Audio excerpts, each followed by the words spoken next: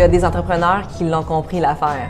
Les gens t'ont souvent dit de laisser le plus possible ton argent dans ton Inc. pour payer moins d'impôts. Ça, c'est vraiment vrai. Mais la réalité, c'est que là, on veut aller à un step un petit peu plus avancé. Si tu as des liquidités excédentaires dans ton Inc. à la fin de chaque année, il est peut-être temps que tu trouves une compagnie de gestion. Compagnie de gestion, qu'on appelle aussi un holding en anglais, c'est une coquille fiscale qui est vide, qui va te permettre de faire des investissements par l'entremise de ton entreprise. Et là, ça va être payant pour toi. Pourquoi? Parce que tu vas aller générer un profit dans le marché boursier et tu vas aller payer moins d'impôts aussi de cette façon-là. Il n'y a pas juste des placements que tu peux faire dans une gestion, tu peux acquérir de l'immobilier aussi, tu peux mettre des produits financiers qui sont fiscalement avantageux, comme de l'assurance vie permanente participative. Et si tu es un entrepreneur qui veut vraiment bâtir une richesse, c'est vraiment avec ça que tu vas être capable de mettre en place les meilleurs concepts fiscaux dans ton Inc. Donc, si tu es un entrepreneur, tu as une business qui va bien, puis tu as du cash flow positif à la fin de chaque année, puis que tu n'as pas besoin de cet argent-là en dividende ou en salaire, il est peut-être temps que tu trouves une compagnie de gestion parce que c'est comme ça que tu vas aller générer du profit. C'est comme ça que tu vas faire plus d'argent dans tes poches et fiscalement,